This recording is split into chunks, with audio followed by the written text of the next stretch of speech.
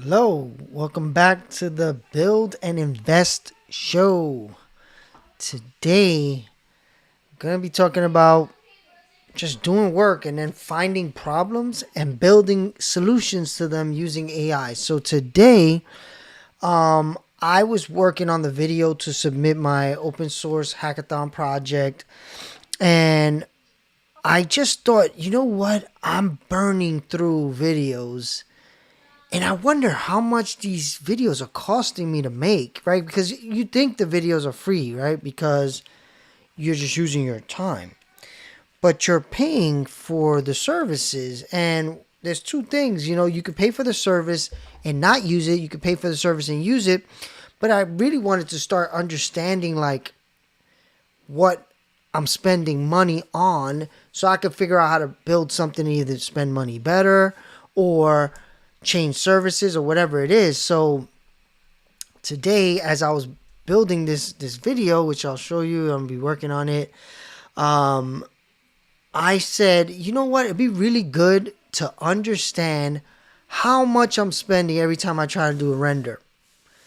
And I asked good old ChatGPT and Claude, and it helped me create an extension that will show me how much each render cost.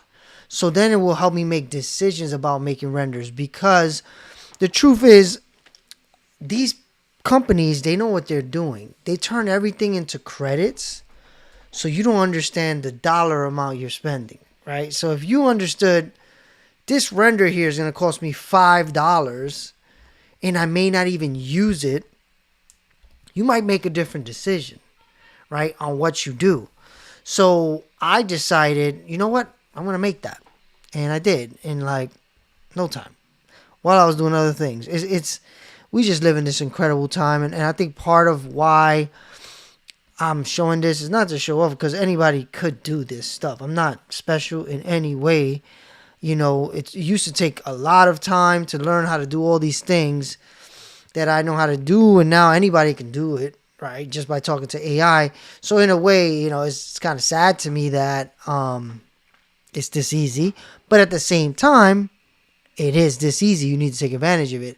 But the fact that it is this easy means I should be doing more, right? So today I'm going to show you the tool I built to help me figure out how much I'm spending on 3D renders, on actually generative AI renders.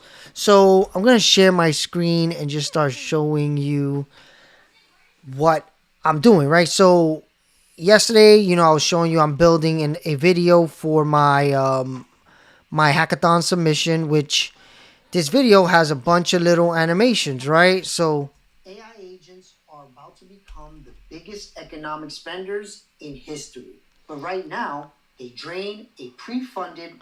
So like this video right here, right? You see it and you would think that looks cool. Back when I was making videos like this from scratch, I would have to 3D model that, do all kind of post production effects. This shot alone would have probably took weeks, right?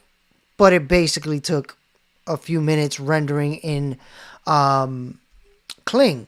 But it's not good enough for me, right? I wanted to understand what these renders cost, right? So watch this. So actually, I'll bring you to the render. So okay, this one, I just ran it once. So I think I should be resetting my my numbers should be resetting soon, because my plan re-ups today. But let me show you. So see, I create all these videos for this master video. So if I just drag in an image, normally it just tells you how many credits it's going to take to run the image, to make it an image, a video, right? So if I go like this, it's loading. Oh, wait, let me make my internet faster. So okay, it's loading, and now it says, look, 400 credits, but this is really $3, right? So the way they get you is they tell you buy this much per month, and then we're gonna give you this much credits. but you forget that that's actually dollars that you did pay for. So I wanted this app that would let me see, okay, before I do this, let me be a little bit more smarter about what I'm doing. If I don't need 10 seconds, let me do 5 seconds. Because look at that. That saved me $1.50 in actual dollars, right? And you could just get caught up like a casino in these apps, because it's like, oh, I get 7,000 credits. I get 8,000 credits a month, I think. Yeah, 8,000 credits a month, right? So I just think, all right, I got 8,000 credits. Let me just spend them. Not realizing that I'm actually spending dollars every time. And I have so many renders in here that I didn't even use. And I'm just so sloppy with the renders. Look at this. This was a render for the new website I'm building. Look at how many of these I did. This right here, this background for my website. Look at how many renders is this. This probably cost me $20 in renders. But because I don't see it, I just see credits, I forget. So that's why I built this tool, right? So basically what it does is you open it up. You tell it which plan you're on. So right now I pay by the year. I paid by the year for this one. I paid by the year for multiple apps, by the way. And I don't even use a lot of the ones I paid for the year for. So this is another thing. I'm running up on the year against this. And I'm thinking, should I do the year again? Or can I build something that's cheaper for myself without using their product? I can use an API, right? So again, I'm trying to really figure out how much am I spending really in dollars.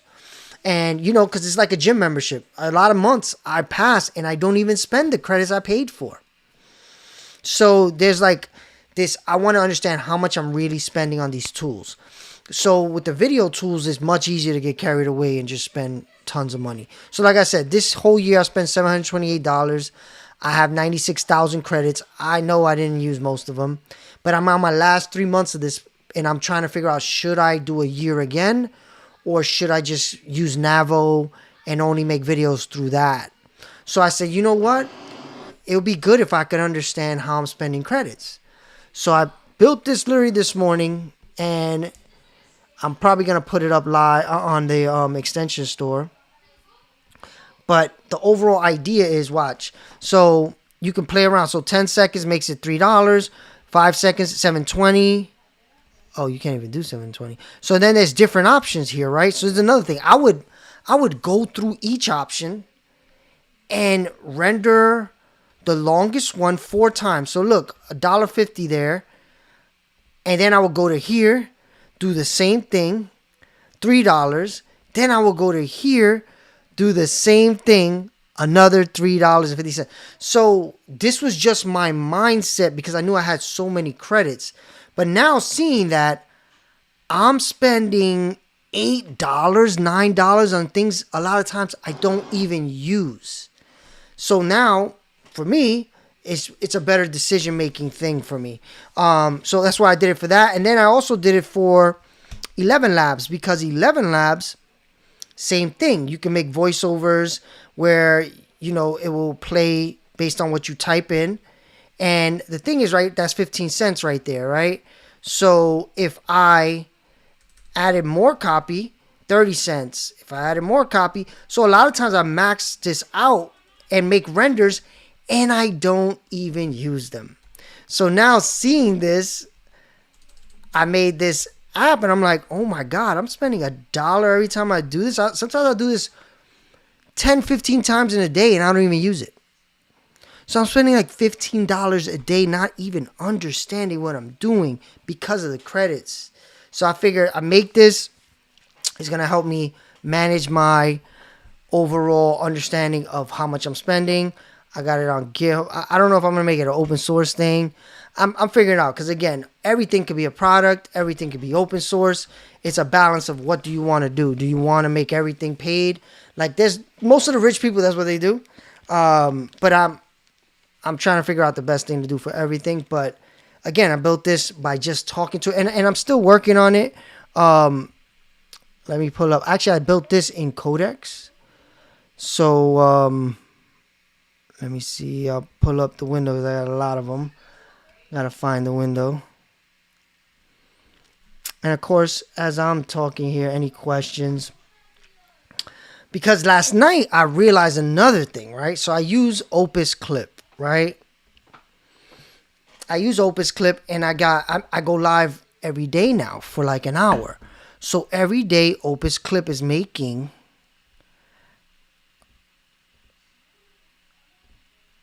like 30 to 40 videos. This one's 46. I went long that night. So I'm running out of credits, right? So I have a plan here that my plan is 300 credits a month. But the way they charge you is per hour of recording. So I'm going live every day. So I'm going way above this, right? So if you go live every day, that's 60 hours, 60 minutes times 5 days. I already run out my credits for a whole month. I run out in 5 days. So I said, can I build this?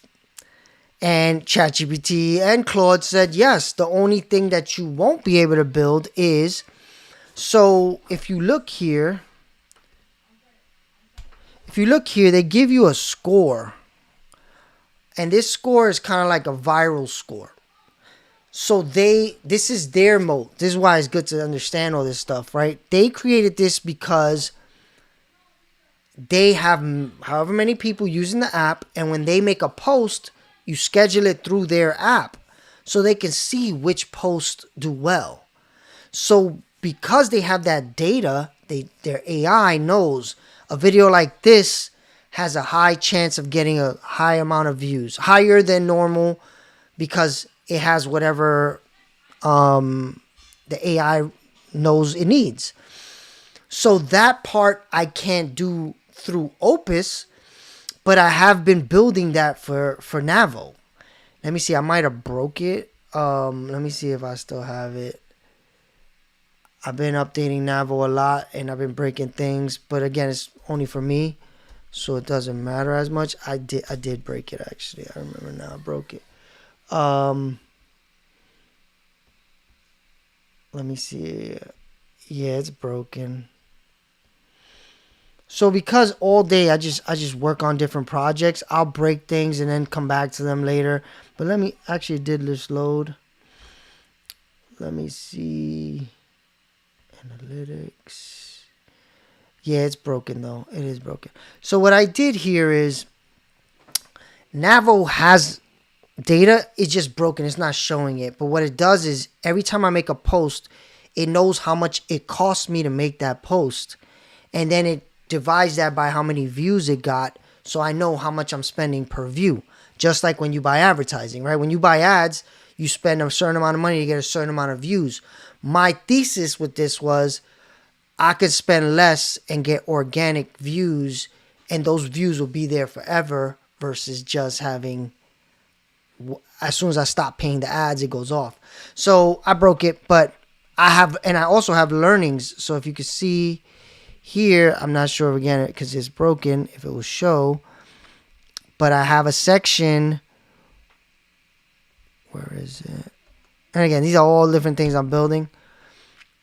So I have a section that learns from every post and starts to take data in to help me make new scripts, right? So it'll know, okay, this is working. So this is per brand and then globally. So I have multiple accounts in here. So every account that's posting, it's learning from. But then there's individual accounts that it's learning just from that account.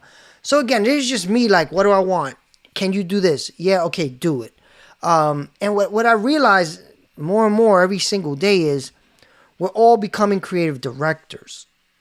So I'm realizing the reason why I can move so fast in this moment in time where all this works is I was a creative director. At first, I was a designer. I was a developer. I was an animator. Then I became a creative director. Then I created my own business while I was a creative director. So now it's natural to me, as many, many years, decades now, of telling people, hey, this is my vision. This is what I want you to do. No, that doesn't look right. Fix this, move that there. It should do this and shouldn't do that. So I have many, many years of that experience. So now, instead of telling a human and hoping they do what I told it, and it might take a month, 2 weeks, a week, 2 days, it happens instantly. So now I'm like a kid in a candy store, and I'm realizing why now. So this is where like I think the skill set to learn now is how to be a creative director. Everybody has ideas.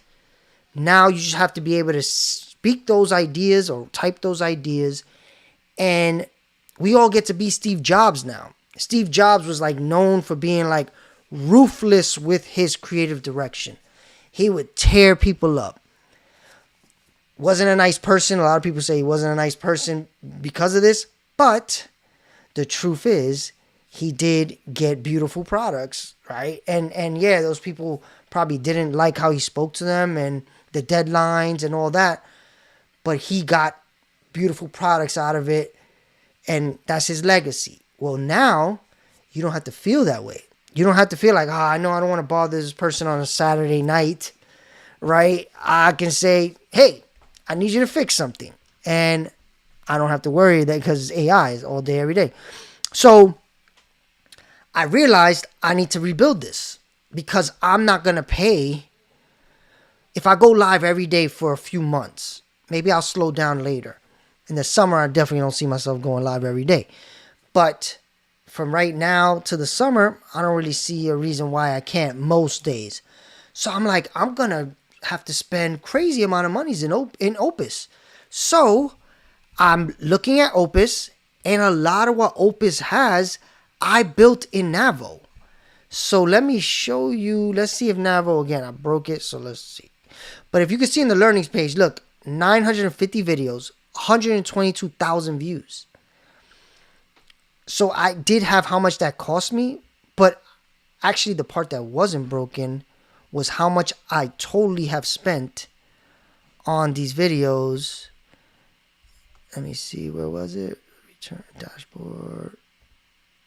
Nope. And again, I make so many things in here with different ideas that sometimes I even lose them. All right, here it is. So look, $87. So something's wrong here because, I know why.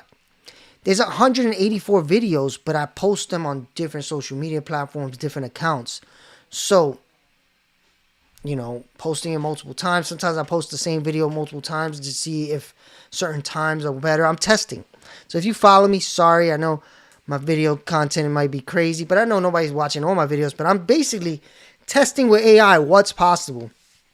And I learned something today that might be a game changer. We'll see. I'll update you once I test it. But we're in a time where amazing stuff is possible. So let me go to Navo again and show you a new project. I started a new project from scratch. Let me just go to the main site. All right. So once that loads, and again, I got to check with the website how it's going. So right here, I press this. It generates new ideas.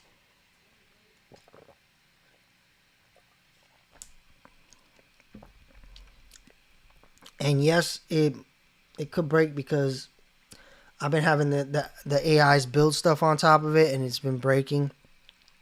Also, I'm going really crazy on videos, so it might be, the server might be slow. There's a lot of options for, okay, so it created new videos, right? So Ken, these scripts are coming from the videos it learned that are doing the best. So the next thing is, these ideas, this is the hook. The real cost of crypto borrowing isn't interest, it's opportunity cost. So let's see what that script looks like. So I press create script. Okay, I might have broke. Yeah, all right, it broke. But I'm going to show you in real time how I fix it. All right, watch this. So I created, oh no, it did. All right, it just took it took a while to load. But still, there's a problem where the speed of Navo is slowing down. So I'm going to go to, I have a version of it on Codex that it knows where it is and how to fix it. I have a version of it on Claude.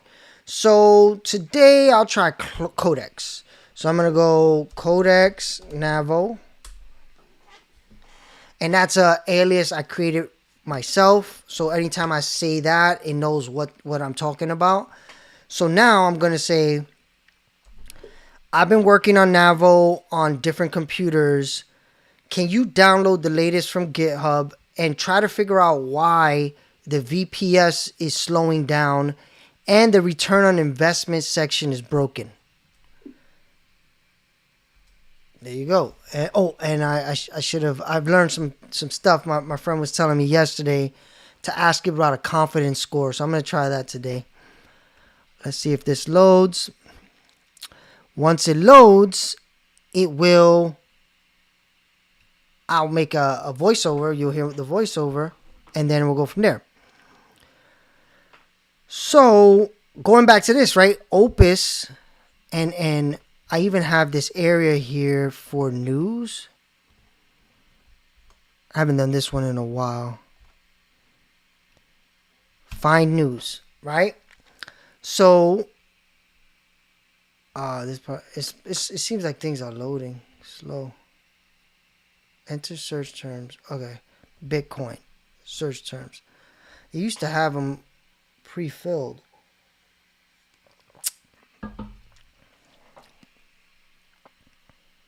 So what this is doing is it's going into an API that will see. All right, it is there. It's going into an API that will look for the latest news. And then what I built it to do is I will look at the news. All right, so let's see. Okay, Bitcoin jumps over 71,000, building on its resilience to the Middle East conflict. Okay, Bitcoin traders alert. The rally is nearing a 2-year make or break price zone. All right, let's see. Okay, so I can read this headline. It gives me a little bit of the article, and then I can give my opinion, right? So I'm going to do that. Bitcoin is in a position where the opportunity is probably the greatest. Either the price falls more and you get to buy it at a steeper discount, or this is the low and you get a clear path towards gain going back up to 120K plus, right? So I gave my take on it. Now it takes that, combines it with the news, and it creates the story based on what I said plus the story, and then it creates the video based on that. So I'll show you that once if it loads. And again, this is just me going back and forth with the AI, like, okay, wait, this is what I want to do. How can you help me do this? So for instance, the news one, I came up with that because I noticed a lot of YouTubers and social media people, the news posts get a lot of traffic. And I was like, it makes sense because it's like breaking information, is topical, trending, so people care. So I said, you know what? The content I'm making is not that. It's like evergreen. So maybe I should do a little bit of trending, topical topics. So I said, okay, how can I do that? Again, just ask the AI. It said we could use an API. I think it's called Trivia or something like that. I had never heard of it before. And I was like, okay. It told me the website. I signed up, got the API key, gave it to the API key, and it built that whole thing right there for me. And then I said, wait a minute. We can't just take the article and just make a. I should at least give my opinion on what it means. Because just taking news and posting that, I'm not a news organization. I am not an influencer. I'm what am I? A personal brand with what would you call that? Domain expertise, right? So I'm like, let me give my opinion on this news. How can we do that? Boom. I said, all right, so let's take the learnings, the news, my opinion, and gumbo that up into a script, then make the storyboard, voiceover, all that, and then put it out. So these, though, I don't schedule these on my my cadence, right? So I'll have a cadence per social media because certain social medias is better or worse to post more. So, like, for instance, I'll post more on TikTok, post less on Instagram, post less on YouTube, but more than Instagram. There's like a whole thing, again, researching through AI what's best to do. I guess this ain't work. This is not working. But again, I'm going to have it fix it right here, right live on. Look, it's doing its thing already. Just trying to figure out. We'll fix the backwards compatibility. All right, so it's doing that. Look, here's refresh. It's refresh. I guess it's fixing it. So why I'm talking about all this is I want you all to think the same way. Like this morning, I had a clear problem. Yesterday morning, I had a clear problem. Back to back days, I created a technology solution to my problem that potentially is a fixer to other people's problems, right? So when the reason you get involved in technology early is to solve the problems of all the future people that are going to come in, right? So I said, okay, I have an open claw. I missed an important email yesterday, well, a few weeks ago. So yesterday I said, why don't I build something that makes it so I don't miss important emails? And now with AI flooding people's emails, this is going to be more and more of a problem. Let me fix it for myself. And if I figure out a way to sell it, I will. If not, I'll put it out as open source. And it's marketing, it's distribution to me, my companies, and the actual things that already I know make money in my ecosystem. So then today, same thing. I woke up, I'm making these videos, taking my son to dentist appointment, doctor's appointments. And I'm looking at all these videos and I'm like, I wonder how much this video cost me actually. Not just my time, but the renders. And as I think that, I'm like, you know what would be really cool if, because this credit thing is a trick for me not to understand how much money I'm actually spending. I said, you know what would be cool? If I could have a way to see before I press the render button how much actual dollars this is going to cost me. So that was where this was born. And I said, hey, can you make me an extension that will show me 11 Labs and Kling how much I'm spending? So it did it, right? And this is like not even a couple hours. Me just talking while I'm doing the video, actually. I'm doing the video editing and I'm like going back and forth to the terminal window and saying, can you try this? It doesn't look that good. And I'm also testing Codex because Codex, they said, made a big jump. And on yesterday's live, I said, I haven't tested Codex enough. I need to do more on Codex. So I said, you know what? I'll do it on Codex today while I'm doing something else on Claude. So the whole thing comes from, I need to finish this video by tomorrow. It's almost done, but I gotta like fill in these gaps here, right? So this is like, it's like 10 seconds here, 15 seconds here. Then this one is a large gap of 155. So this is like almost a minute, 45 seconds. So I'm like, all right, I got to create 45 seconds of attention keeping content. So how much is that going to cost me? And it's fine. Again, my package refreshes tonight, I believe. It should have already refreshed, I think. Credits. Plan.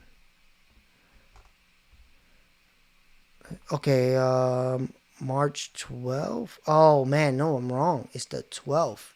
Okay. So I got to wait a few days to get my new credits. So I won't be able to use this, but I have other. I paid Midjourney. I did the whole year subscription too, and I barely use it because it wasn't as good when I tried it. So let's see today. We're gonna figure out if it's good again. So if you could see, I was working with it here, but look, this wasn't that good. I didn't really like any of this. And again, I was going to make this for Midjourney as well, but I didn't feel like I was making Midjourney, so maybe I should. Should I add Midjourney to this? I don't know. I'm not going to use Midjourney that much, so I don't think I'm going to do it for Midjourney.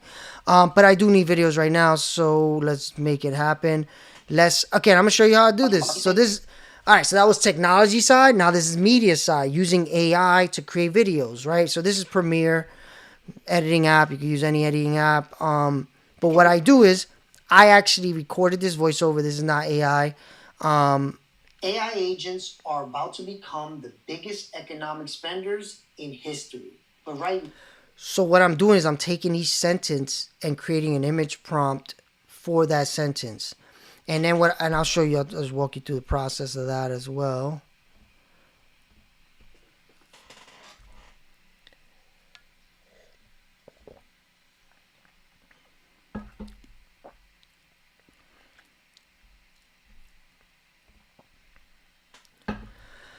All right, so I was, yeah, okay. I was asking it this morning about this one.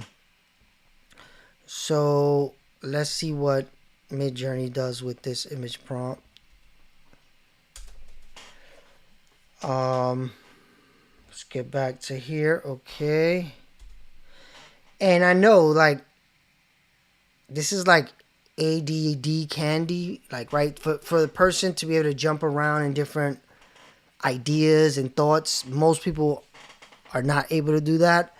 So if you are ADD, this is your moment in history. We are literally built for this moment. Um, so okay, not bad. That looks pretty cool. I don't love it, but you know what? I'm gonna do more. I'm gonna do more options.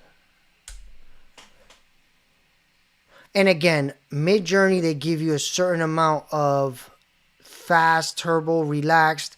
So turbo just means it happens like it renders really quickly, but you'll run out of time. So let me see. Does it tell you how much I have left? I haven't used this in a while, so I'm lost in. Okay, this is pretty cool. That's pretty cool. Actually, that is cooler. All right, I like that one. I'm gonna use this. Okay, so now, actually, now in here, I can make it do an animation. So I can say do low motion, and it's gonna take that video. It's gonna take that image and it's gonna create 4 animations. So this does, how long of an animation does it do? I don't remember that. Guess we'll find out. But remember, I got a minute and 15 seconds to fill, or I got to decide to take out some content. So let me hear. You approve. Chainlink CRE verifies it across a decentralized network of nodes. All right, so there you go. Decentralized network of nodes. I'm going to ask it to make me create an image of a decentralized network of nodes. There you go. That's how he, right? Again, I think I could have some ideas about that, and I can like maybe go look for stock photography that matches and all that. But why? When you could just, this is my stock photography. I just say, all right, not bad. This one's not bad. And again, let's do low motion. See what it does. This one is pretty cool. This one is pretty cool too, actually. Low motion there. So see, it's still rendering these. I kind of like this. I want to see this as a video. Okay, so each shot, I'll look, see what I like. I'll put them in as placeholders, because that's another thing, right? One of the biggest challenges to being a creative director, and this, I might have just created a new content theme. I'm going to teach people how to be a creative director, because one of the biggest challenges of creative direction is most people don't trust their own taste, right? And it's not easy. You should like study design, and the way to study design actually is not, you don't got to go to school and learn about typography and all this stuff. You should research those things, typography, what do you call it? I forgot. I'll give you a list of things to study. But there's different color theory. There's different things that you want to understand to create nice looking things, right? There's like formats that work traditionally that people realize that looks good. So you want to learn these. And the way you can do that is by looking at things. And what you start to do is you start to develop your taste. And if you look in Midjourney actually does a good job about this. They have this area called personalize, right? So what personalize does is, see, I have it off right now because I don't want it to use mine. But let's say I'll make it a new personalization. So let's say I call this mass ideation, right? So let's say I'm going to start building mass ideation's brand and assets for that brand. So I say, okay, then I go in and it starts to show me stuff and I have to choose, what do I like? What do I think looks good?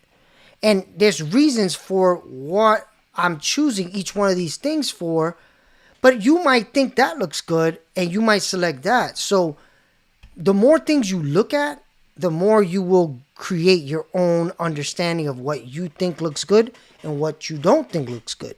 And then you create your own style. And that, I think, is going to be valuable, because eventually people are going to be hired for their style and their taste.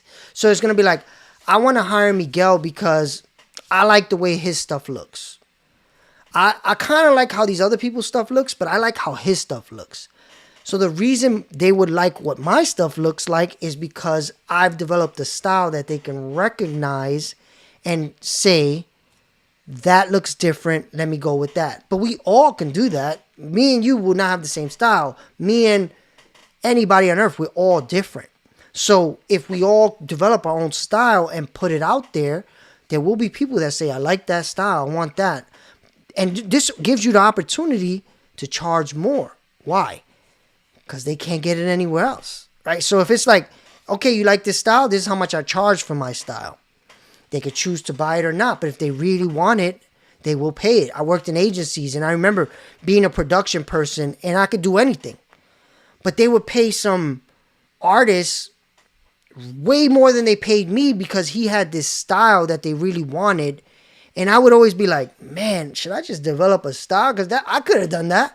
But they don't want it from me because they saw it from him. And they're like, no, his is like the authentic version. I'm like, I could copy that if you want. And they're like, no, we want him to do it or her to do it. And that's when I realized, man, creating your own style is a valuable thing. Back then, I wasn't able to just take off 6 months and develop my own style. I had to make money, and I was making good money doing what I was doing anyway. So I said, I'm not going to do that. But now, it doesn't really take much to develop your own style. Not nothing, but it's not a lot. Like, look, this is part of it. I do like this image. I don't like that image. Something about that I like. Something about that I like. Something about this I like. Something about this I like. Right? So I don't really like that. Something about this I like. Something about that I like. And again, you don't got to overthink it. Just, do you like it or don't you? Nope. Kinda weird, but I like, yep, I like that. Yep. Not really. Yeah, that's cool. And what it's doing is I'm basically training an AI on my specific style, for less of a better term. Let me go back to Midjourney to see the renders. So, of course, I've been talking a lot, not checking no comments. If you got any questions, let me know.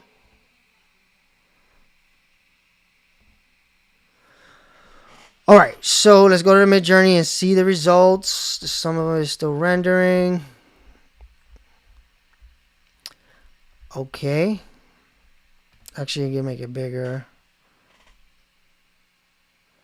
That's pretty cool. I like that. I don't like that it closes.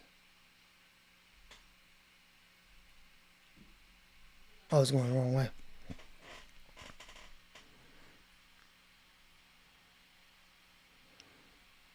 Pretty decent. No,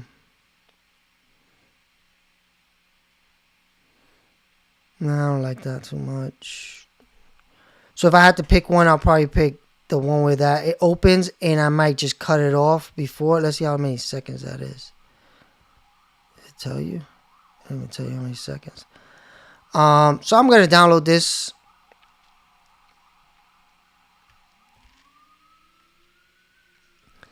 So I'll put that in the video.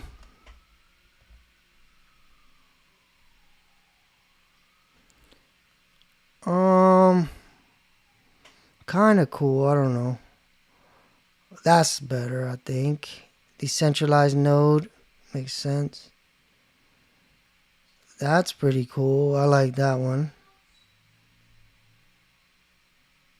I don't like that one. And again, you see, that's what creative direction is. I like that. I don't like that. Choose. Kind of cool, but looks a little bit like a spider web. Same. Same. Same. Pretty cool. That looks pretty cool.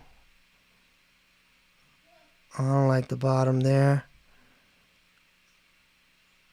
I don't like the bottom there either.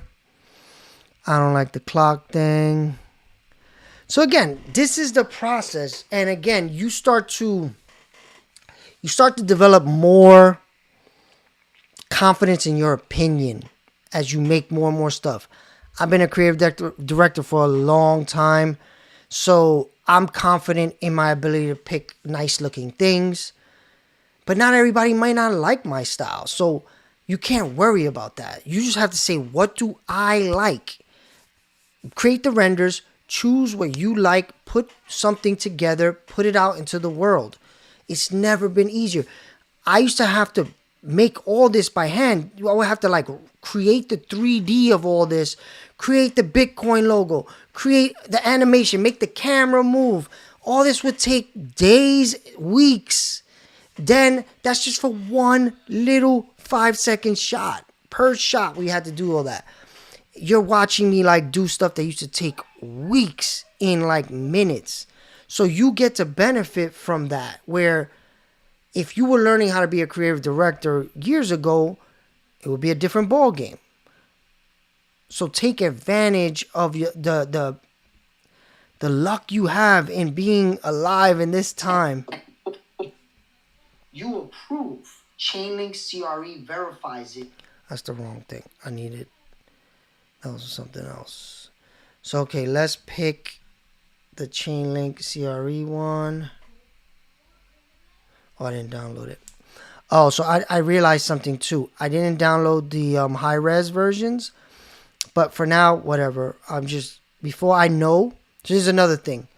When you're doing creative stuff in general, I think we're all creatives. If we went back to children's age, we would all draw, color. We love creativity. Along the line, educational institutions ripped that creativity out of us and made us be rigid and, conform to rules. So most of us still are like, I can't do that. I can't do this. I can't do that. And now you got to kind of unlearn some of that, which sucks for people that listen to rules. I'm not one of them. So you have to start to figure out how to create your own choice and go. Like, so like right now, I don't love any of this. Like, this is not like my favorite thing, but I know I need to finish this by tomorrow.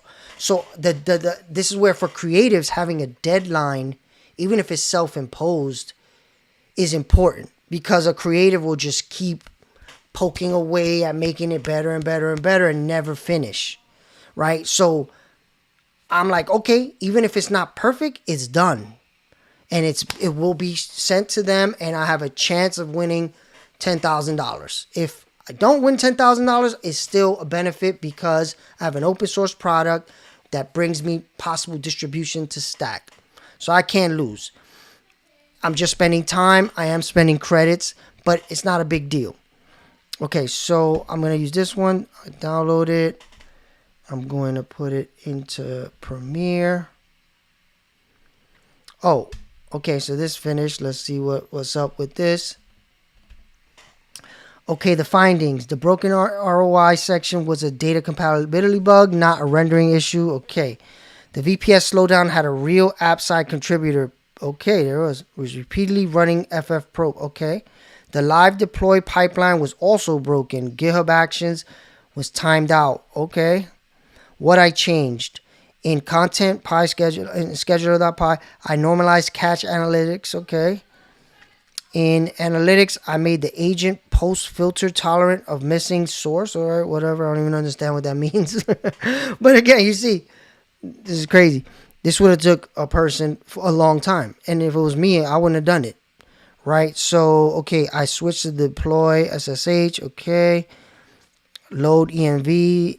Okay. Push to origin main. Live VPS now on commit. All right. So, it fixed it and it uploaded it to the server. So, let's see. All right, so there's a new problem. It worked faster. Let's see if the return on investment stuff shows again. That was the wrong one. Analytics. So sometimes the cache has to be hard reset. Sometimes it just doesn't work. So I'm going to tell it, did you upload to the VPS? It says deploy VPS, but I'm still not seeing it. And also, I created 2 scripts and I saw them start, but I don't see them anymore. Can you check on those scripts and bring them back so I can finish those? So right there, it's going to go figure out what happened with those scripts. It's going to fix whatever else I told it to while I continue making this video. Okay, so I added... All right, so the node. All right, so let's see. This is a plan. You approve. Chainlink CRE verifies it across a decentralized network of nodes. And USDC goes to its payee. Revenue comes back. Okay. So okay, remember I told you I didn't download the higher res version, so I gotta scale it up. It's not gonna look great, but again, this is a video for a hackathon. It's not like a client paying me crazy money for it, and it's so quick it doesn't really matter. And if I see that I want it to be higher res, I could just come back in here and I can say high motion. No. There's an upscale. I would have to upscale it, then do low motion.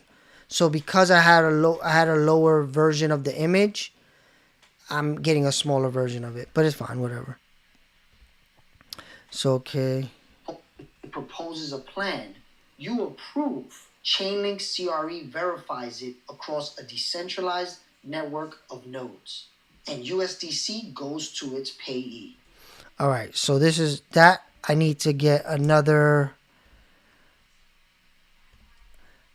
Can you give me an image prompt for the line that says, and USDC goes to its payee?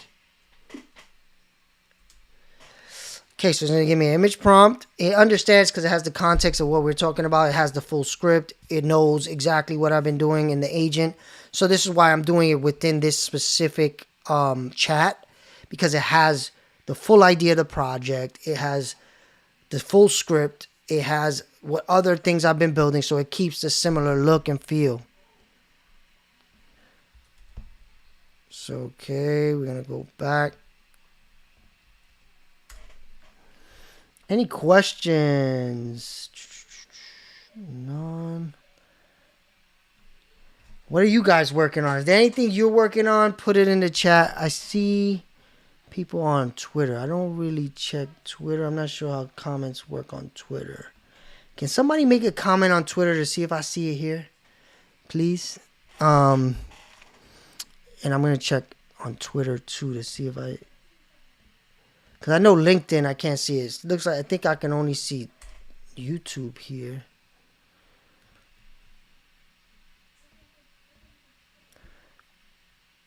Okay. Don't really love these. Nah.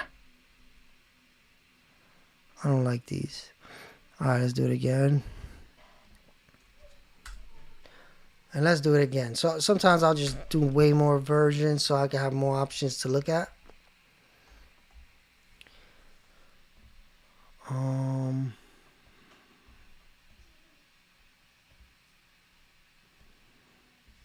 Okay, I'm trying to find my video on Twitter. Okay. Alright. So, yeah, none of this makes sense. I don't know.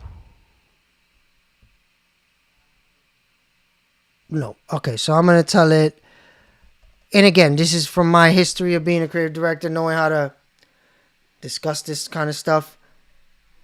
Can you not make it so abstract? Can you make it a little more literal? Like maybe showing USDC coins going into a digital wallet or an AI agent, maybe.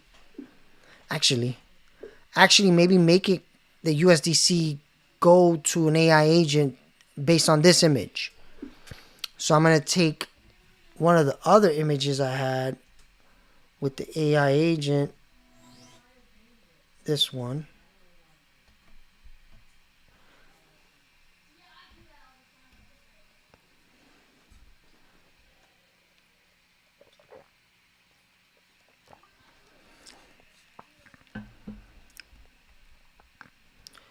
Okay, so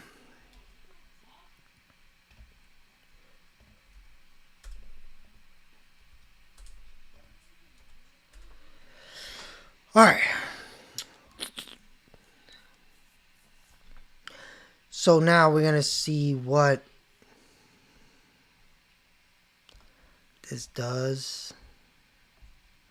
Oh, another thing is, I forgot, I do have FreePic, which is another image generation tool. So my brother's working on a cartoon and a movie.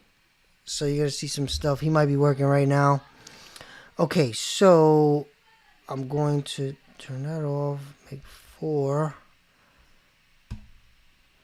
Let's see what this creates as well. So you see, like the services they rack up, right? Midjourney, FreePic, Kling. I had Higgsfield for a long time. I had LTX Studio. I got Opus Clip. I got Claude. I got ChatGPT. This stuff adds up. So my goal is to kind of consolidate as much as possible and just use what I need, right? And again, I know I'm spending more on the LLM stuff than anything, but the LLM stuff, I use that for everything, right? It's not just for video. I use that for thought partnership. My team uses that. We develop products, so it makes sense. $300 a month to build anything you want at any time makes total sense. So okay, look at this. This is decent.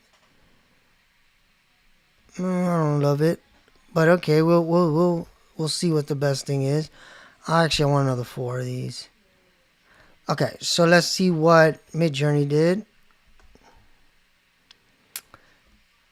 Something like this could be cool. It looks pretty cool. Actually, this looks cool as hell. Let's try to see what this will look as animation.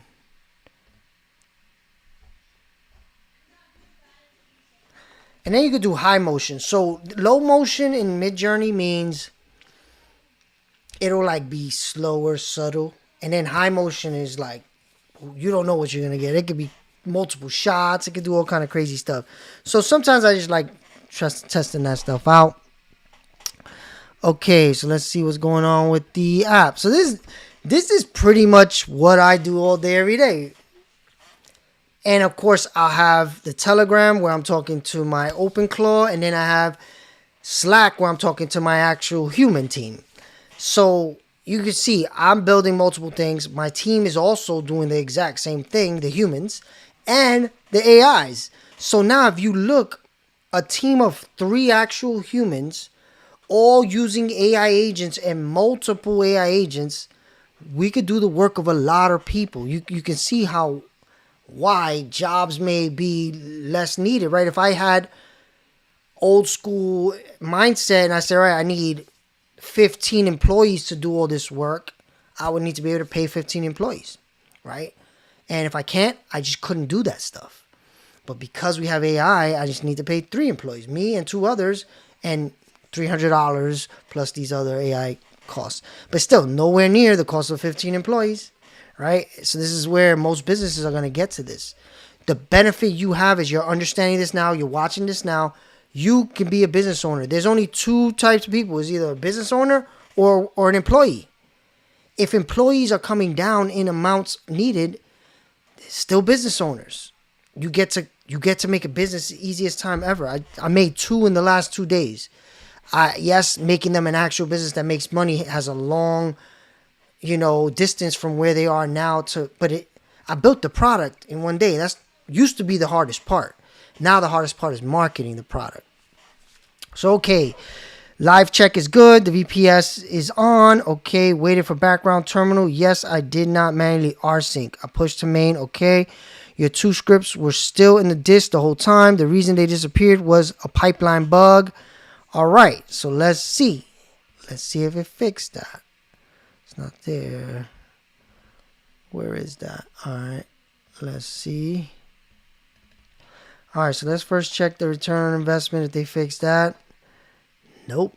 So sometimes it is a cache thing though. Let's see. All right, so the scripts, it looks like the return on investment stuff didn't get fixed, but the scripts did. So now I press this. Okay. This could be because I ran out of credits. I ran out of credits on 11 Labs. Should I pay more? Nah. I'll wait till next month. You'll see that next month.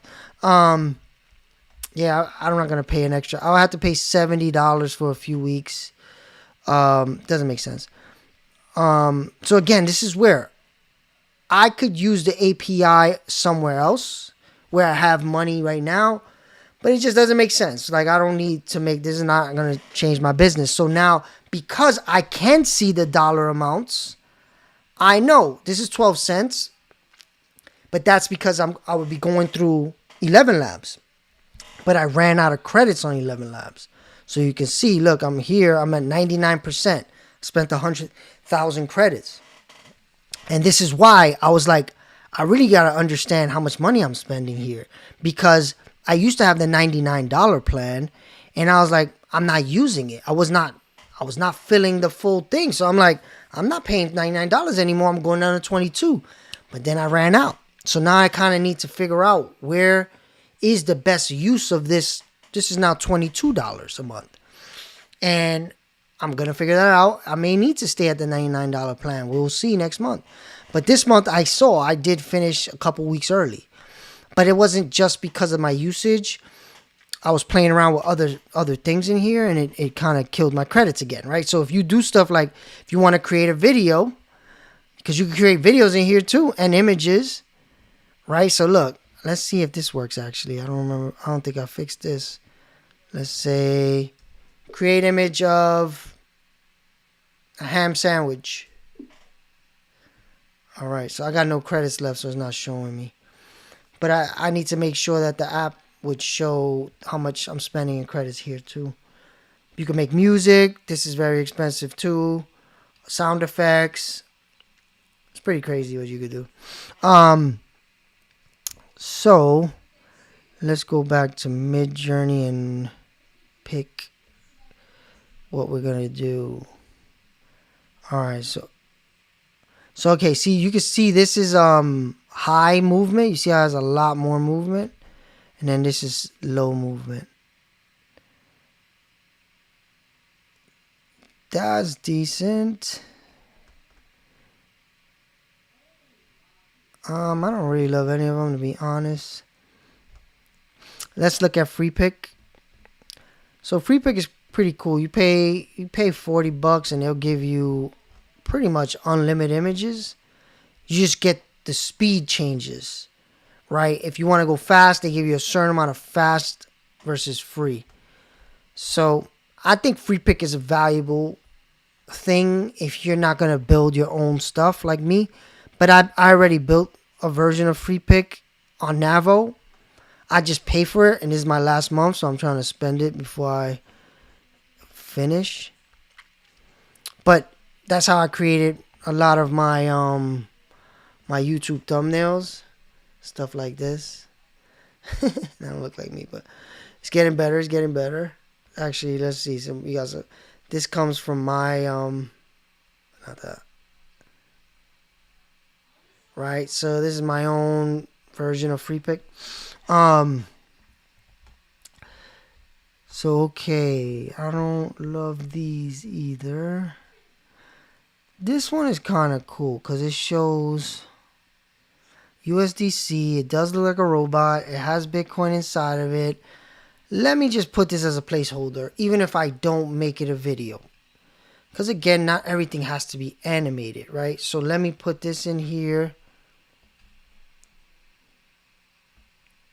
And I will see if... So another good thing about an image is you could extend it out. And it might be too much, but let's see.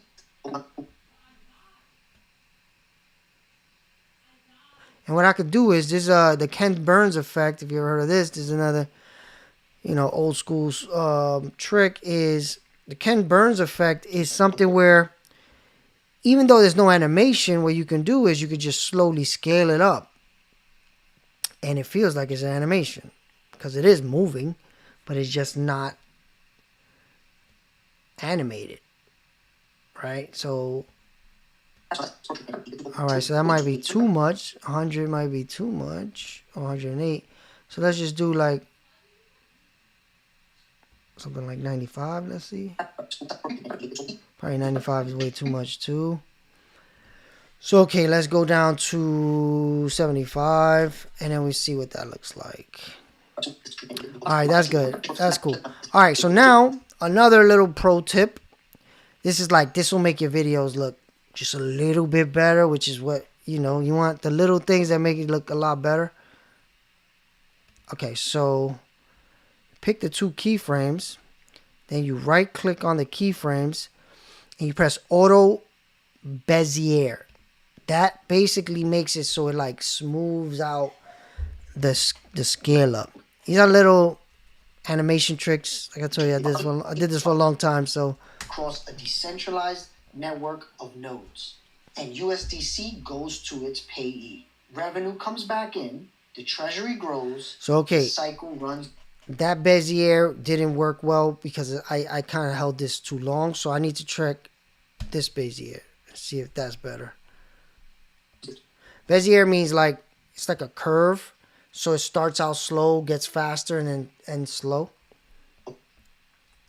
Centralized network of nodes, and USDC goes to its payee. Revenue comes back in, the treasury grows, the cycle runs forever. Here's the live demo. All right, see this one, I kind of want this animated. Looking at this, I'm like, this is a pretty important shot. That's long, right? 56. It's almost 10 seconds. Okay, so I'm going to do something that I don't normally do in Freepik, but you can do. So in Freepik, you can animate in here. So you can go to Video Generator. You can put the image. It's going to cost credits though. So again, I'm going to run out anyway soon, so I'm going to spend them. So start frame. Actually, I haven't done this. So, okay, and then I'm going to pick which model. Let's try... Actually, I'm going to try a few. Okay, so I'm going to take the same image prompt, and I'm going to give it to the video description. And then, all right, so 4 seconds. I need it to be longer. Again, this... Whew! 1,600 credits. So you see, this is where if I was going to stay using this, my plugin will let me know how many dollars that it actually is. But right now, because I'm trying to finish this, I'm not going to care. Let's hope it's good. This is my brother's project. Okay, so let's see what this does. So, okay, while it's doing that, I'll come back to the render. Let's see. Hopefully, I could. It's still 8 seconds, and I might need 10. So I'll play around with that once I see. So after that, intact. The obvious question: what about liquidation? So okay, this is where I was trying to come up with an image for that point. What about liquidation? What about liquidation? The vault. All right, so that's what that image was for. This image was for that. Or this video was for that. And technically, I could keep going in Midjourney to try to find a good video. Treasury intact. The obvious question: what about liquidation? I think I should cut it there. I don't want it before it starts falling back down. So this is what it is, right? It's just making choices all day long, you know, like choosing based on your taste, what I think looks good. I'm very comfortable with making decisions because I've done it for years. This is the skill of the future. I also think storytelling is the skill of the future. So I'm in this video, I'm also practicing storytelling. I didn't speak about that yet, but this whole script is me practicing making edited, scripted story videos because that's something I haven't done well. And I want to do more of that for YouTube because those videos do very well. So I just had a video that did like 6,000 views. I edited it. It wasn't something like this, but my plan is to get better at stories and script writing and edited videos because that's a skill that I am deficient in. So this is giving me more practice in that as well. Let me see what's going on with any comments. Nope. Okay. So, all right. So what's the next line? Liquidation. 3 hard limits. Health factor never drops below 1 point. I think I should just make 3 hard limits. Health factor never in the same. Maybe it's an image. So here's what I'm going to do. I'm going to take the script and I'm going to take that area of the script and I'm going to ask for an image that will represent what is being said there. Okay. 3 hard limits. Actually, I'm going to take this whole thing. Can you give me an image prompt that will hold up while this is being said? Damn, maybe that's 15 seconds though. Maybe not. We'll see. Actually, can you give me 3 different so I can do 5 seconds each?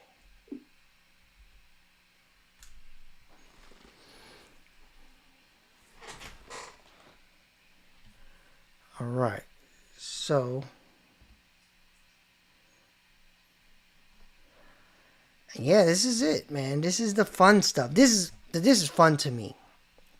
I don't know about you, but this is really fun. I love creating, building, and now I'm building in public. It's pretty cool as well as my first go round of doing that. Like I've been building in public the old way, which is you build stuff and then you talk about what you built on Twitter, Facebook, YouTube, whatever. But now you can build real time. In real time you can build. So I plan on doing more and more of this, but I also want to create content that actually like educates and keeps people understanding what's going on. But let me know, what do you want from me? What could I help with? What could I build? Another thing I came up with today, actually thought about. This is actually, I'm going to change this to the full screen because I might chop this up. This is important right here. What I'm about to say is pretty important. All right, so we're heading into a time where ideas are going to be created, right? But who owns these ideas is going to be a problem. Because look at a person like me, and I'm not a super wealthy person, but imagine what a super wealthy person with unlimited credits, unlimited money to create ideas is going to be able to produce. What is going to end up happening is there's going to be a shift in society of the owners and everybody else. The owners of products that make money and create value and everybody else. And we're all going to try to make products. But once companies get embedded in like innovation, it's hard to unseat them. That might change with AI. But what I think needs to happen is there needs to be kind of an investment structure where people group money together, choose what to create, and all own it. And crypto started this idea, the DAO, which is a dirty word right now, decentralized autonomous organization. But I think the DAO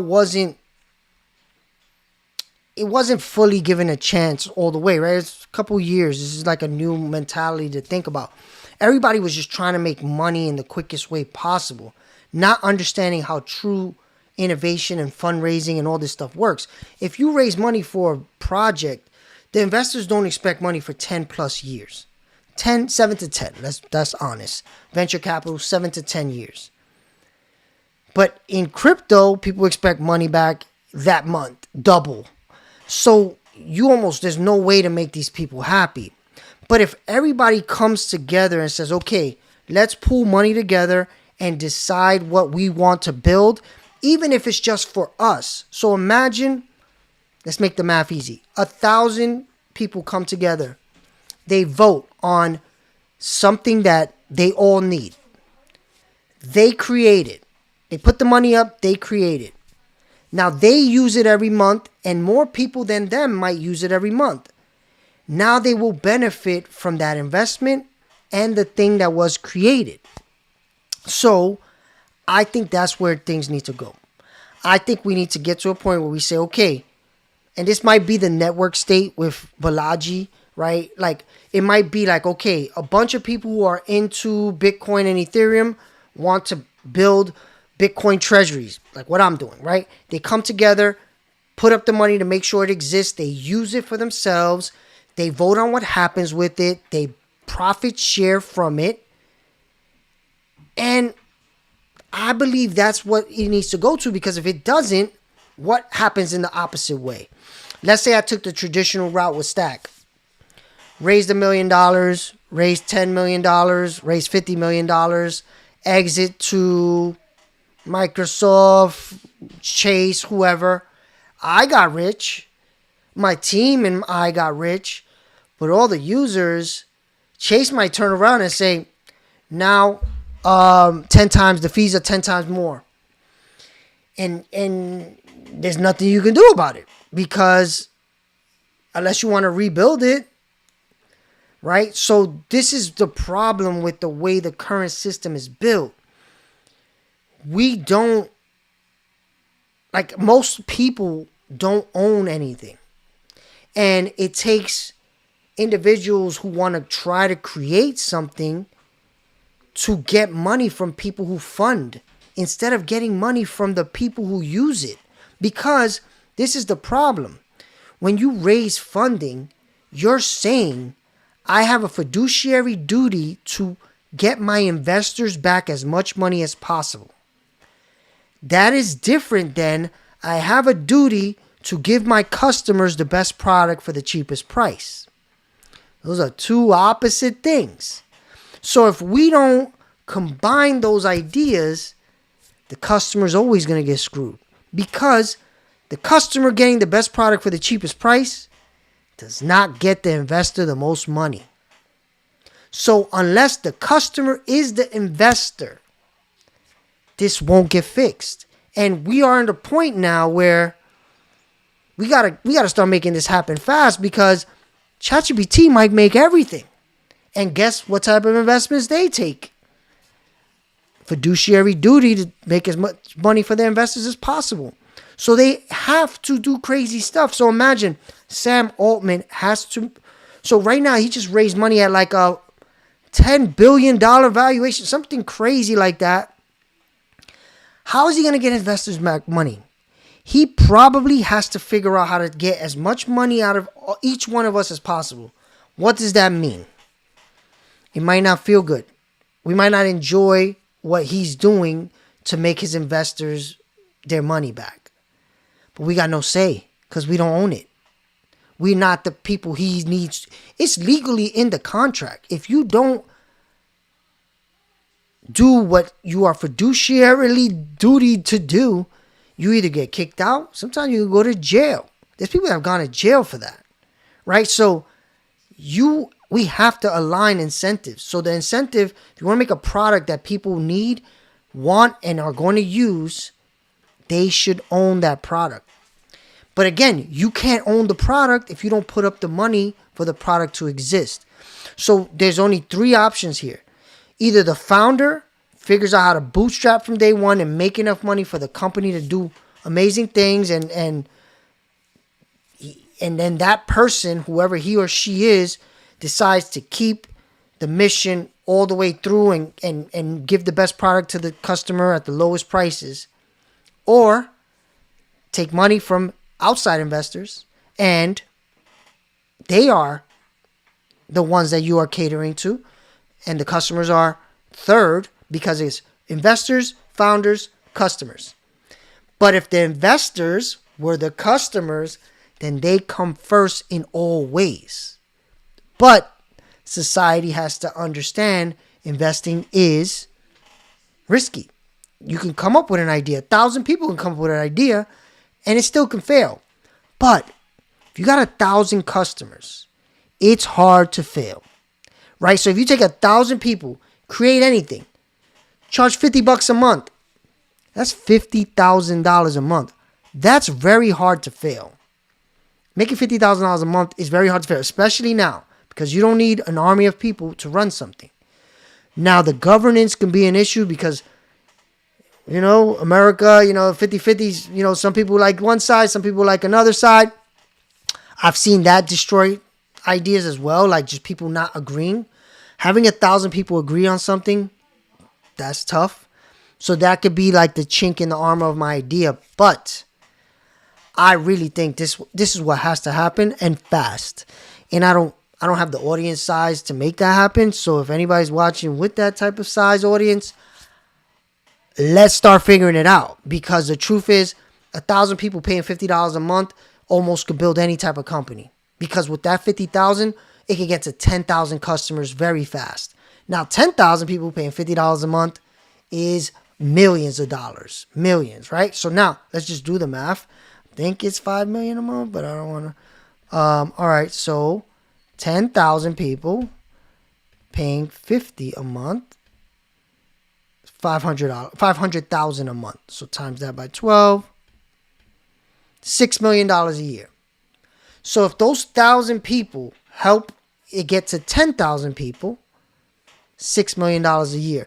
Not to say all that goes back in their pockets immediately, because that's not how it works. Even 1,000 people profit sharing on, let's say 2 million, right? It's not going to be that much. Let's see, what 2 million divided by 1,000. That's $2,000 each, right? So imagine you put up money, you own this product, and every year you're getting $2,000 back in profit share.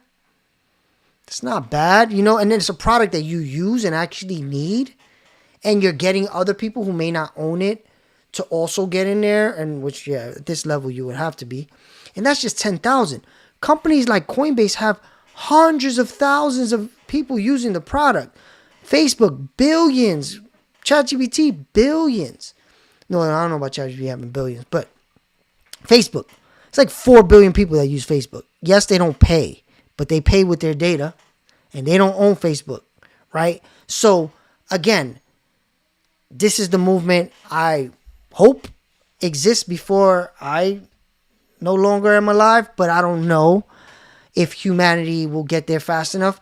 But I know all the tools are there. We have crypto, meaning a DAO, so you can get your profit share. The laws, though, are weird on that. I actually did this for a project, .hip hop, which is a top level domain. I'll show you that. So what I did is I got a group together. We invested in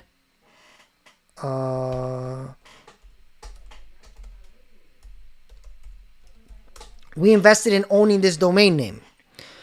So most people do not know you can have a .hip hop, so you can have Miguel.hip hop, whatever .hip hop. So I told people who, I'm from the Bronx, I know a lot of people who were into hip hop. I told them, look, we get to own the domain for hip hop. You just got to put in money, and now you're an owner in this domain. Yes, it doesn't make millions and billions of dollars yet, but it could one day. We don't know. But one thing we do know is domains don't go away. .hip hop is owned by the government. We are the steward of it. A corporation is the steward of it, but the government owns it. So government owns all to your domain names. So I thought it was a good investment because I knew it couldn't go to zero. So I put a group together. We created a corporation. We all invested in it, and now we own it. And they're doing a fundraiser right now to the next. They're doing an equity crowdfunding because, again, I was the person who said we need to. Whoever's a hip hop lover should own this. It shouldn't be the 3 record labels that own this. It should be the hip hop community that owns it. So to own it, you got to put up money. You can't just expect to own something for nothing. So I think the buy-in is low. I think it's like $100 per share or something. I forget. I don't want to give you the wrong information. I think it's Invest.hip hop. I'll get the URL. I should know it, but yeah. So that's the idea I think needs to happen. I did it once, but it was a pain. I'm not gonna lie. I don't think I'll ever do it that way again because of the paperwork. Oh my god.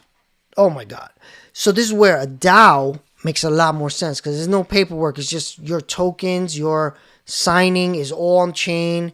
The problem is profit sharing in a DAO is problematic unless you're all accredited investors. So accredited investor means you are already rich and the government approves that you are rich. There is something that they just proposed that is interesting though. They proposed being able to take a test to become an accredited investor, because the reason accredited investor exists is because in the Great Depression, there were Wall Street types going around to families and selling them stock that was worthless and had bad business behind it. So what they did was they said, all right, we need to protect people from these investor types, these Wall Street types, going in and tricking them into putting in their life savings into some random stock that's going to go to zero, and those people make out with their money. So they put this law in place. I don't remember the law, but during Obama's first presidency, he created the equity crowdfunding rules, which means you can do it if you follow certain rules as a company. The problem is, in the beginning, you still get a benefit if you're an accredited investor. So accredited investor means you have, I believe it's $1 million of assets outside of your home. Your home doesn't count as an asset to be an accredited investor. So what does that tell you? It tells you that homes are not investments. The government even is saying it, right? They want to basically know that you have outside of your home $1 million of investments, because that tells them you're a savvy investor. If you're not a savvy accredited investor, you can't get in these deals because you might lose all your money and then the government has to take care of you. So this is why that rule exists. But now, if they can say, well, they took a test, they understood everything, they just decided to put their money in a bad investment. And I think the hope, which is smart, is once you understand investing, you really understand it, you won't make as much dumb investments because you will be able to think it through more than just following the FOMO of everybody's doing it, let me do it too. I don't know if that's true. I've seen a lot of rich people get FOMO, but it's a decent idea. It puts us in the ability to at least be in the game, because these people that make most of the money, they make most of the money on private stock, not on public stock. So for instance, when OpenAI goes public, the people who put money in the beginning are going to be trillionaires. Not trillionaires, but a lot. They're going to make hundreds of millions of dollars, some billions, Because they got in on the investment early, which is when only accredited investors can invest. So now OpenAI is worth $200 trillion. And they're like, hey, people, now you get to invest in it. Poorest people in the world. That's when you get to invest. Once it's already out of here, now you get to invest. But those rich people, they got to invest when it was worth 100 million, 50 million, whatever their lowest valuation was. So it's kind of unfair, but at the same time, there's a reason. There's a good reason for it, but it's unfair. But also what you got to understand is these people put money in bunches of ideas, and most of them fail. So they are able to lose the money they're investing. Versus if you're a person that says, this is my last $10,000. If I don't get this money back, I'm screwed. Let me put this in OpenAI or Idea 7 or 1000th idea, and it doesn't come back.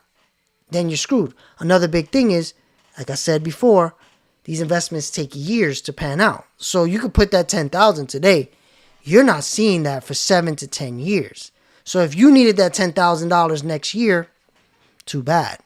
That's another reason why, accredited investors exist and non-accredited. It does make sense, but it's also unfair if you do understand and have money to put in, because you might be in this middle where you don't have $1 million of assets. You haven't made, because there's another stipulation you can have, which is you can make, I think, $300,000 a year, multiple years in a row, or you can be married and make $400,000 combined multiple years in a row, something like that. They change year to year, the accredited investor requirements. So you have to have that. Then you have to get a letter from your accountant proving that, because then if it comes back that you took money from unaccredited investors as a founder, you can get in trouble. So this is unless they know you. So there's another level of build and invest. This is education. If you're building something, you want investors, you can get from friends and family. So those are people you already knew. And I guess double check this on ChatGPT, but I believe you can even get money from somebody who knows you that knows them, right? So like it could be a friend of a friend, but it can't be a friend of a friend of a friend of a friend, right? It has to be like a certain level of, Kevin Bacon, 6 degrees of Kevin Bacon. It has to be like 2 degrees, right? Know you, you know them. They know you, and then they know them. But again, I think all that needs to change, and I think we all got to get more financially literate about building stuff and investing. But I really, really believe if we can come together, figure out an idea, 1,000 people only. It could be more. It could be 5,000, 10,000, but that means it becomes harder and harder for agreement. But still, I would love to see a 10,000 person thing paying $50 a month. That business already is making $6 million out the gate. It's invested because the people will have to put up money. Let's say I'm going to make easy math. Let's say everybody puts up $500. 10,000 people put up $500. Right? So 500 times 10,000. That's $5 million. So now the business has $5 million to operate. The DAO will vote on everything it does. So the CEO can be like, I'm taking $1 million. The CEO can be voted on by the 10,000, just like stocks. But instead of doing stocks after it's worth $10 trillion, you do it when it's worth a little bit. Like we set a valuation of whatever's fair. That will have to be figured out and voted on probably as well. So now, this company has $5 million. We don't need to hire 50 people anymore. We can vote. It can be like, okay, this person is really good at go-to-market. This person is really good at building things. This person is really good at strategy. And they use AI agents. So all we need is 5 people, let's just say. Their salaries are going to be good, decent enough so they don't want to do other things, or it does take the lion's share of their time, so it's going to have to be a decent salary. So let's say all in $1 million of salary a year. You got 5 years. Also, all 10,000 1,000 of these people are going to also pay $50 a month. So the business is going to make $6 million a year already. Hard to fail, especially now. It's really hard to fail now because, again, what happens? Worst case scenario, you got to get rid of a few people because we're making $6 million a year, but the salaries are $1 million a year. It's really hard to fail like that, right? So again, this is just my ramblings and my thoughts. Maybe I'm crazy, but I'll tell you, I'm inside the game. Venture capital. I see deals. I have to do due diligence on deals. I've invested. I've seen all sides. I've built things. I've been able to take venture capital and I didn't take it. I know people that did take it and did well. I know people who did take it and they got their company stolen. I've seen it all. I've heard all the stories. The only way this changes is if the customer is the investor. And the only way for the customer to be an investor is for them to understand investing, for them to want the product, need the product. And we all have products we use every month. And now that we can rebuild anything, let's just figure out what to build. And we all use our versions of it. Even, to be honest, even some of these LLMs, I think that's what needs to happen. And yes, it might not be as good as the other ones, but if they go rogue, this might be what needs to happen. Because, you know, if you think about it, if you're going to get your LLM information from companies you don't agree with or doing things you don't agree with, like right now, look at what just happened with OpenAI with the military thing. Spying on American citizens, they say that they agreed to that. Anthropic didn't agree to it. But everybody's saying Anthropic kind of has to agree because you in the country that you want protection from its military, you have to give that military the most strength it has around so it can defend us. They kind of might be forced to do it. Some people may agree with that. Some people may not. We're in a crazy time, and we need to think differently about ownership, because again, if these companies start making all the money, they're not going to give you $2,000 a month. I mean, $2,000 a year. Maybe the government might make them through taxes and stuff, but I don't know, man. I don't know. I don't trust that. I just seen too much history where most people throughout history are screwed. And a small percentage of people live great and make every decision for all the poor people. And the poor people are the bottom 90%, right? So that's most of us. Like, you know, there's 8 billion people. 90% was that? Like 6.5 billion, almost 7 billion people. And I think that math is even wrong. Let's do the math exact. What's 80% of 8 billion people times 0.90%? 7.2 billion, and 800 million is the top 10% in the world. If the numbers are correct of population around the world, which some people don't believe, but think about that. If those people, guess who's going to get all the benefit as AI gets better and better? It's going to be those 800 million people. And the 7.2 billion are going to get worse and worse because, again, I heard something today, actually. I listened to the Peter Diamandis Moonshots podcast. And he said, well, somebody said, I don't know if it was him.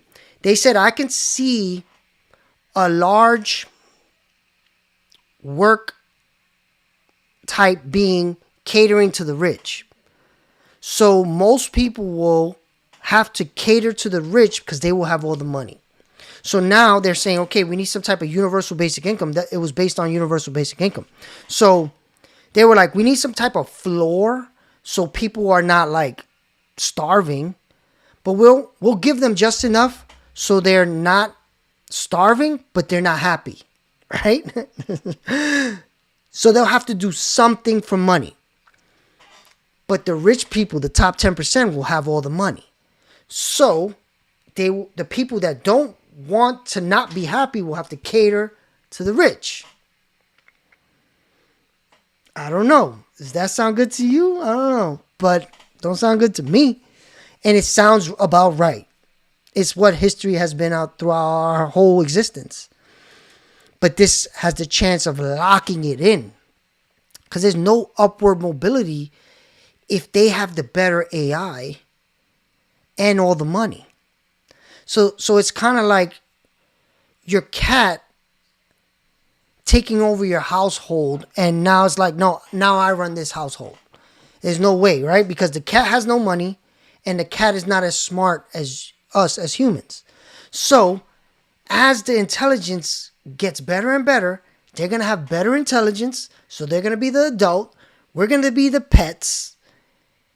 And we'll never be as intelligent as they are to get past or above, up to where they are. And they got all the money. Right now, the top 90% have more money than all the bottom the top 10% have more money than the bottom 90% combined. Already. What's going to happen when this sets in? And they also got the top intelligence. Do you think they're going to be like, you know what? Let's give them 50% of our wealth so they can live way better than they live now. We'll live a little bit worse than we live now. I don't see it happening. I just don't. We got to come up with solutions. I just gave you one. I think it'll work. We'll see. Hopefully I'm one of the people that get to do it. Thank you for watching. Thank you for hanging out with me on a Saturday night. Like, subscribe, put on notifications so when I go live every day, 7 p.m. Eastern for as long as I can. We'll see how long I can do it. Today I almost didn't do it, but I'm glad I did. Thank you. Have a good rest of your night.